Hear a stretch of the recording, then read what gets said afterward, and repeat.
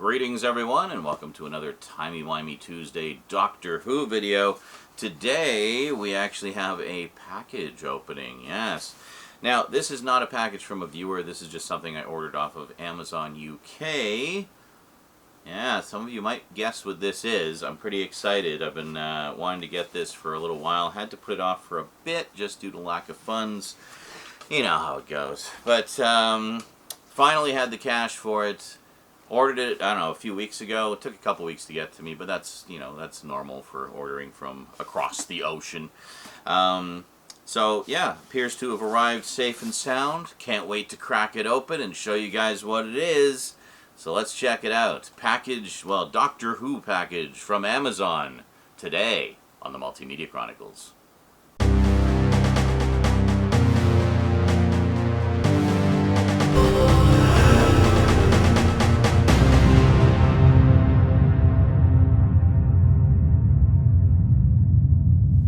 Welcome back.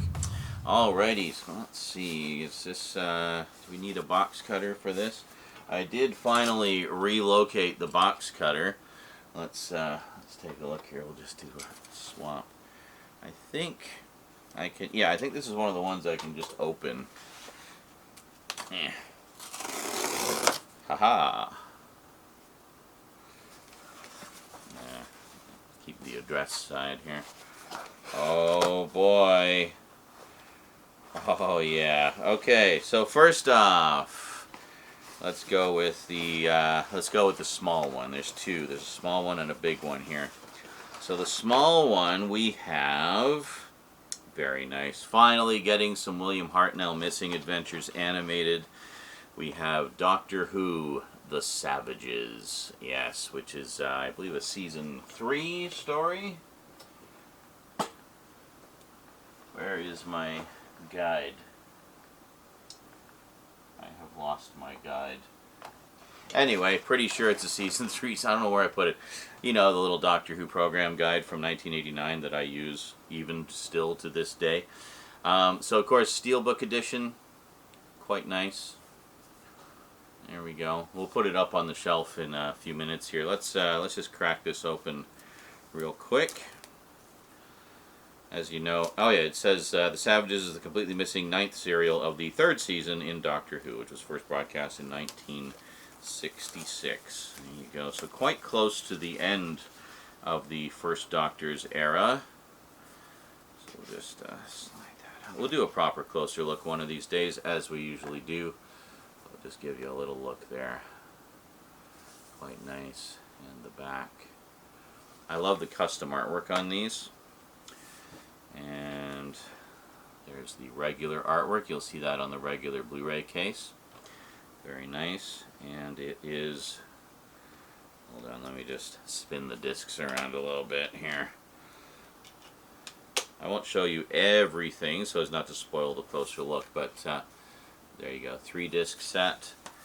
And quite a nice selezione. So yeah, this one is one of the stories for which they have no complete episodes, so they had to animate all 4 parts. But yeah, it is a, despite the name, The Savages, it's actually a science fiction adventure, not like, you know, I don't know, more cavemen or something, but yeah, very nice. And as always, animated in both black and white and color. So let's just take a, we'll just take a quick skim over the contents here. These sets are usually pretty nicely loaded, so let me see here. I can only wonder what it's going to be like when they start compiling these into season sets, because as I've talked about recently, they have recently committed to animating all of the remaining missing episodes, so that's great. So that, and then the idea being they're going to start doing season sets like this with the animated versions filling in the gaps. So I can only wonder, like, a lot of these are 2 or 3 disc sets. Are they just going to transfer all those discs into the season sets? That's going to be some massive sets, because these were huge seasons. This was back when they would do 40-something episodes a season, darn near a new episode every single week for the first 6 years of the show. Pretty crazy, just the production on these. So we got episodes 1 through 4 animated in black and white and color.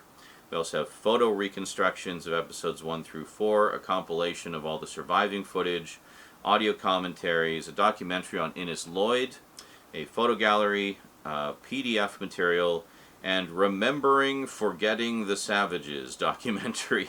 Okay, cool. So that's awesome. We'll take a little gander at that in a bit here. I'm just going to put it there for now. And then the other thing we got, oh boy, this is an all-timer. Season 7, yes, which of course is the debut season of the third Doctor, Jon Pertwee. Which means I can probably move my Spearhead from Space disc to somewhere else and, you know, slot in this version instead. So, yeah, beautiful. Very nice. Fantastic. This is such a great season. It's a shorter season. It's 25 episodes instead of what was the standard 26 at the time. But we have Spearhead from Space, Doctor Who and the Silurians, notable because it's the only story that actually has Doctor Who and in the titles. That was very much the standard for the Target books, and how they would kind of put the title on there. It was quite annoying, actually.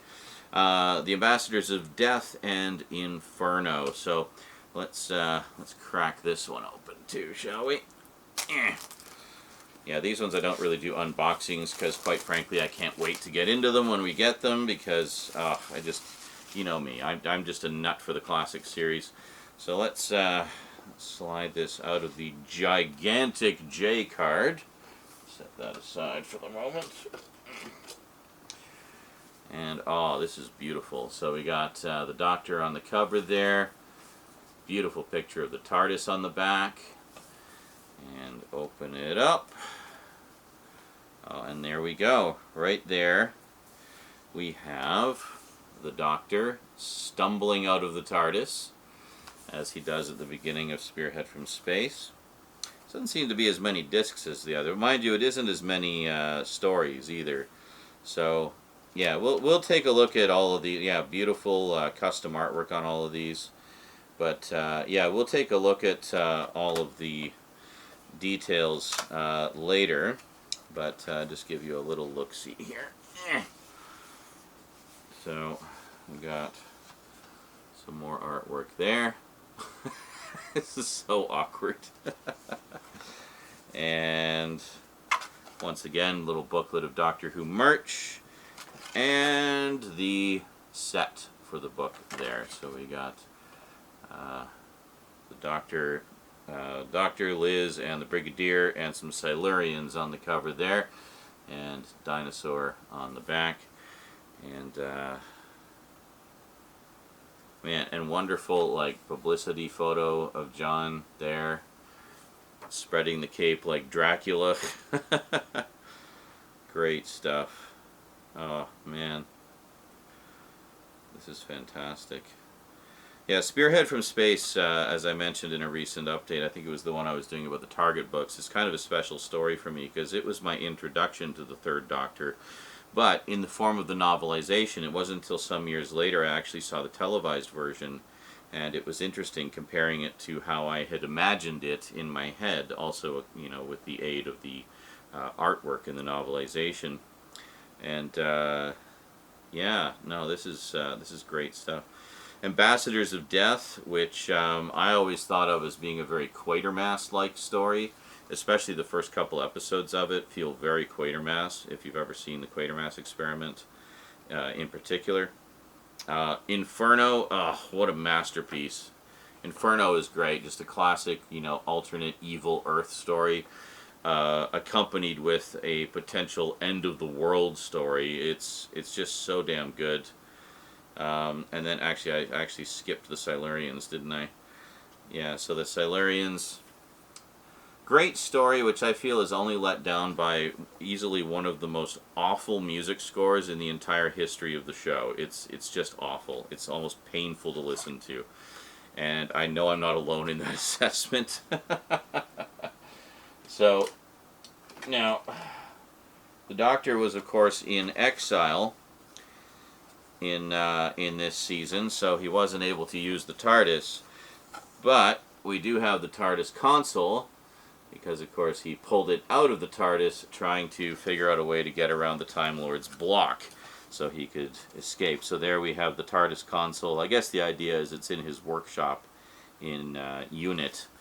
And so it's interesting seeing the TARDIS or the console outside of the TARDIS for a change, because usually we see the console room in there, but here we just see the console in what appears to be a Victorian house.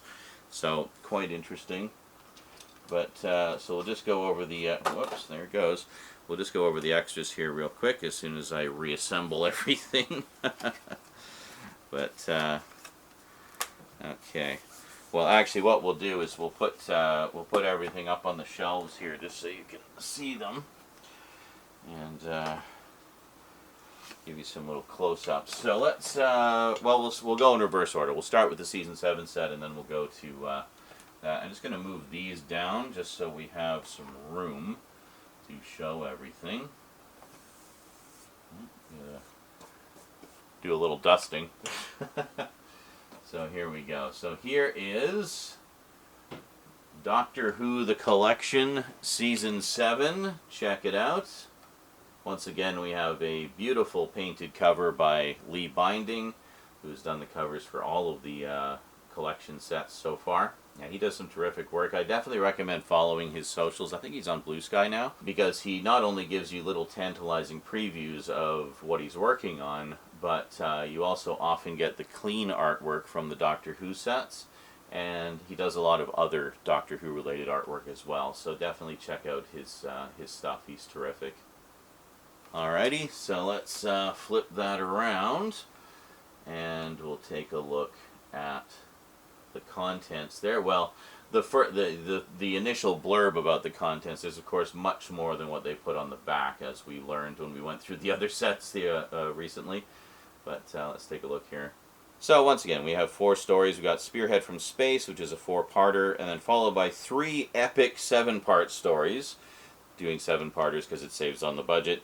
Doctor Who and the Silurians, The Ambassadors of Death, and Inferno, all 25 episodes newly restored for Blu-ray and packed with extra material, including new documentaries, Terror of the Suburbs, Lucky 13, Looking for Mac, and Splendid Chap, The Life and Times of Nicholas Courtney. In Conversation, a brand new interview with John Levine. I believe that's another Matthew Sweet interview. Behind the Sofa, 4 new episodes with Katie Manning, who played Jo, Janet Fielding, Tegan, Sarah Sutton, Nyssa, Matthew Waterhouse, Adric, and Sophie Aldred, Ace, with Toby Haydock and Carolyn John's daughter, Daisy Ashford, and husband, Geoffrey Beavers, which most fans will know as the Crispy Master in The Keeper of Traken, the penultimate story of the 4th Doctor. He has gone on to continue playing the Master in many, many, many Big Finish audio adventures. And then we have the Doctor Who Escape Room, another episode of that with Team 3rd Doctor. It doesn't say who's in it specifically. It probably says in the booklet, though. We got movie editions of some of the stories, or all of the stories. I don't know. It doesn't specify. Archive treats, Blu-ray trailer, PDF written archives, scripts, and rare archival material. Each disc also contains a range of extensive special features previously released on DVD, including making-of documentaries, featurettes, isolated music score, NTSC DVD episodes, audio commentaries, infotext, and much more. Yeah, the NTSC episodes, for those who don't know, 3 of the 4 stories only existed as black and white film prints in the BBC archives, because unfortunately they were subject to the junking of the 70s, and the original master tapes were wiped. But at least we had the film prints. So, over the years, there's been several efforts through various techniques to restore the color of the episodes and, restore them to their previous glory.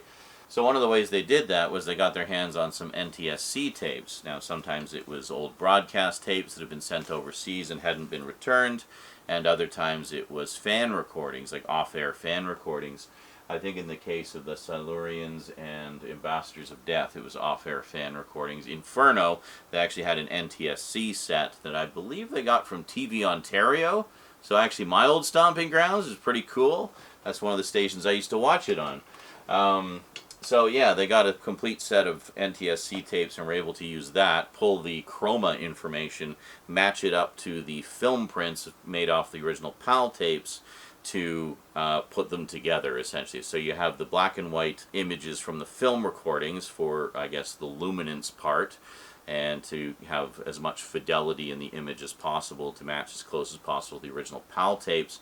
And then you have the NTSC tapes that they pulled all the color from, which NTSC color is not as good as PAL color, but some color is better than no color, I guess. They also use a technique called chroma dot color recovery, which was developed by this just brilliant guy. It was such a crazy technique that Steve Roberts, I remember when it was first announced that this guy was working on this technique, he didn't think it was going to work, and it did. So what the idea was is, even though they were black and white film prints, different colors would create different dot patterns in the image, and running it through a computer algorithm, they could pull out what the original colors were based on the patterns of dots in the image. How crazy is that? But it would only work if the film recording was done a certain way. I forget what that specific was. Anyway, it's very technical. Don't worry about it. The point is, they use some pretty cutting-edge technology and a lot of manual recoloring techniques to kind of do some touch-up and so forth after all the other stuff had been done.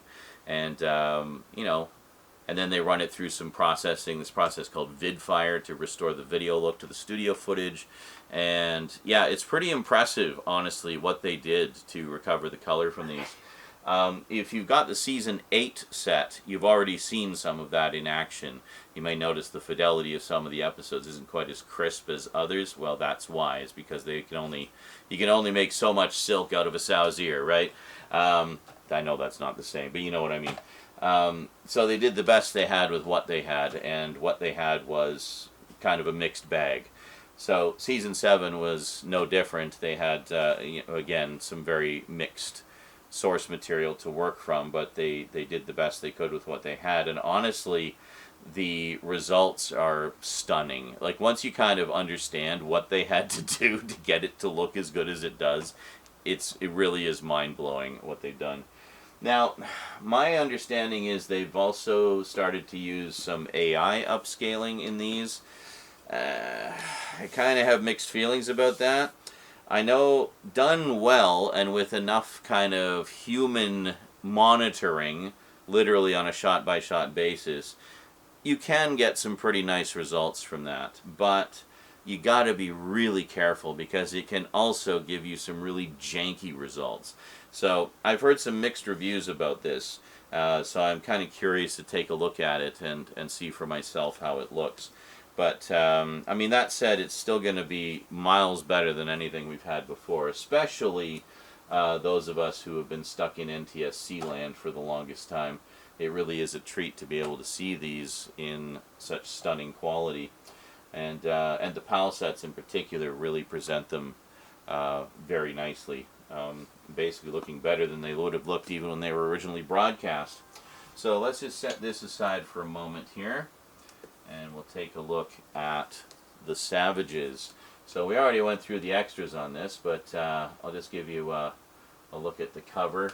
So I'll give you a look at it both with and without the J-card, just so you can kind of see all the artwork in all its glory. I got to show you the back of the J-card anyway, because that's where all the contents are listed. So there you go. Very nice, very moody artwork. We'll take a better look at that in a sec without the J-card. Alright, and we already went through all the contents, so I'll just quickly show you the back here so you can see for yourself. There we go. Just got to be very careful not to knock it over. So there you go. If you didn't believe me as to what the contents were, you can now read it for yourself. Ooh, what's the PG for? PG rating. Parental guidance. General viewing, but some scenes may be unsuitable for young children. Oh, be warned. Yeah. Now, someone mentioned in my comments that these ratings are often to do with the extras, and I think in some cases that is true. But that sounds like it's very specifically mentioning the show, you know, so I don't know. Who knows? UK ratings are weird. Anyway, here it is. Is this a wraparound cover? Let me just see. Kinda. Actually, this is kind of neat. Here, look at this. Hold on. I'm going to have to move some of these again. Here, yeah, take a look at this. This is pretty cool. Look at that. It's not a wraparound cover. It's kind of like the cover for the Faceless ones where they did like 2 versions of it. So I'll just show you the spread there. So you got like underground tunnel on the front and sort of futuristic base tunnel on the back.